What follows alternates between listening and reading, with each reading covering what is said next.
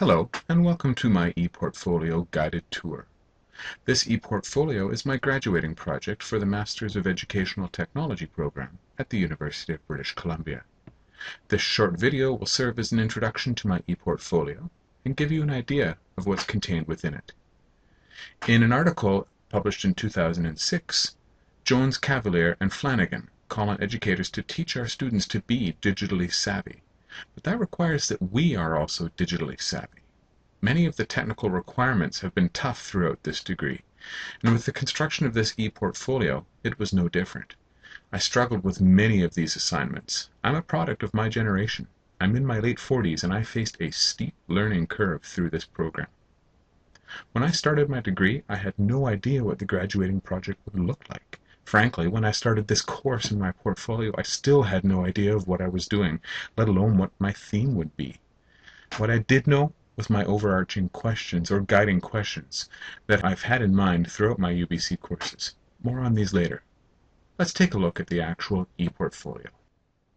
The metaphor or theme of my ePortfolio is that of a musician preparing for a concert. The different stages of preparation are compared to the steps I've taken through the different courses and assignments in the Masters of Educational Technology program. I am a music teacher, so it seemed natural to orient my ePortfolio in this direction. The title of my ePortfolio, Scaling the Heights, is a reference to scales, the building blocks of music, and scaling, the process of climbing, plus heights representing an achievement. The taskbar at the top of every page indicates the divisions I've made in both a musician's journey to performance as well as my MET journey from beginning to end. I struggled with choosing either Weebly or Wix as a host site for my ePortfolio, and I settled on Wix because it seemed easier to use. There were a number of formatting wants that I had, however, when I started to build my ePortfolio. I wanted to have each page with the same background. So I chose to photograph my trombone with some sheet music and my iPad with the same sheet music. I wanted the main part of each page on a brassy yellow colored background with a percentage of opacity that allows the background photo to be visible.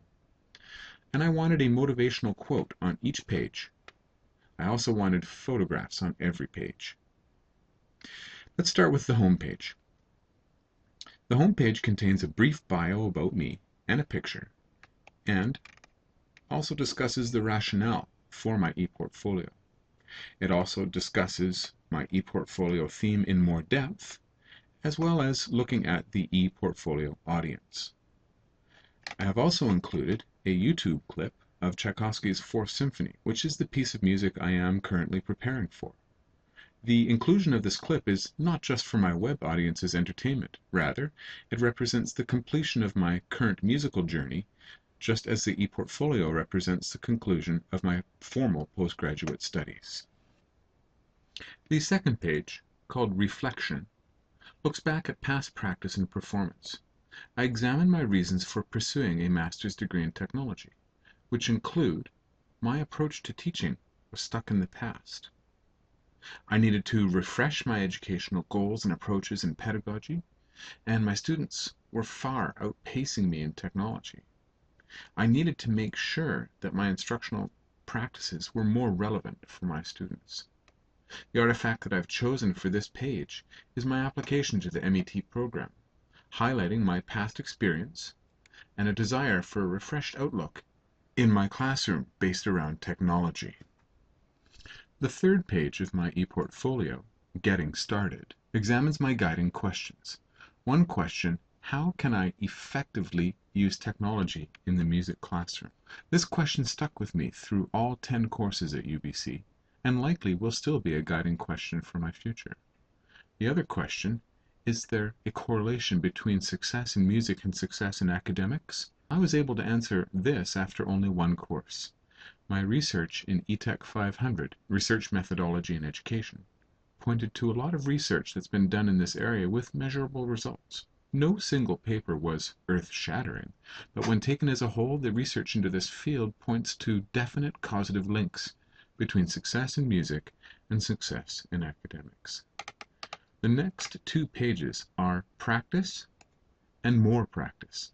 This is a reality for musicians.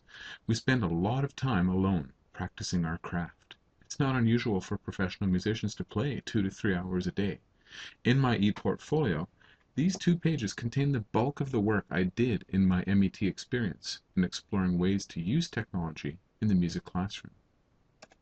On the practice page, I examined 2 of my primary artifacts, both generated in eTech 510, Design of Technology-Supported Learning Environments, the Design Wiki and the creation of a technology-supported learning environment.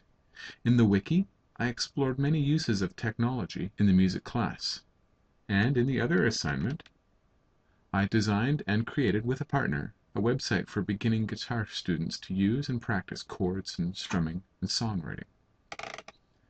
On the More Practice page, I examined 2 other primary artifacts, a paper I wrote on incorporating video games into the music classroom, and a paper on digital recording.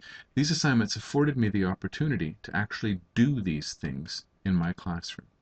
Each primary artifact also includes a section called Integration in the Classroom, in which I discuss how the assignment has allowed me to put my coursework and research into practice in my teaching. The 6th page presents a concept that exists both in music and in the MET program: collaboration. In a band class, choir, or orchestra, when we put all of our parts together, we must do so with care, listening, adjusting, or being quiet or loud, or knowing when it's working well or not working at all. It's the same with collaboration done in the MET program. On the collaboration page, I've summarized my experience throughout the MET program with collaboration into 3 tiers. Number 1, connection between students in the Vista or Connect platforms and discussion threads, posts, and responses. Number 2, discussions that evolve from those threads. Students are asked to respond to each other in meaningful and thoughtful ways.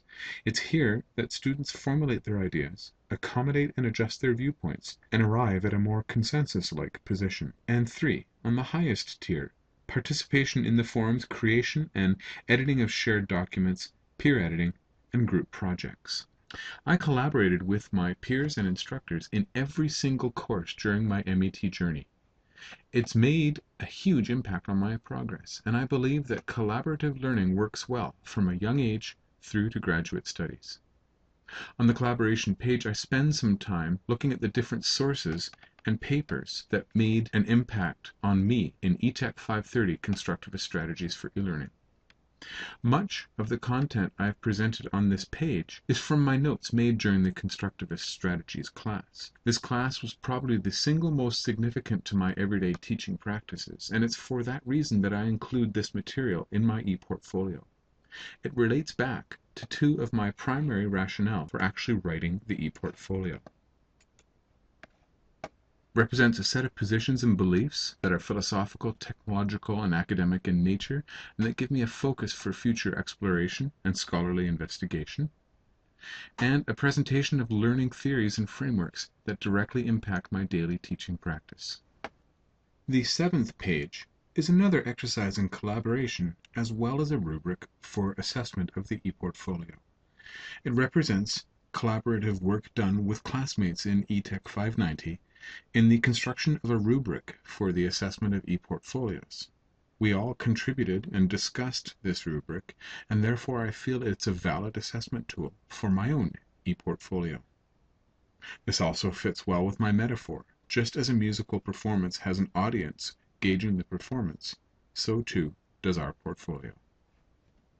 The final page of my ePortfolio contains a reference list of the many articles, books, and other sources that I used in the construction of this ePortfolio and in my supporting artifacts. That's it for the introduction.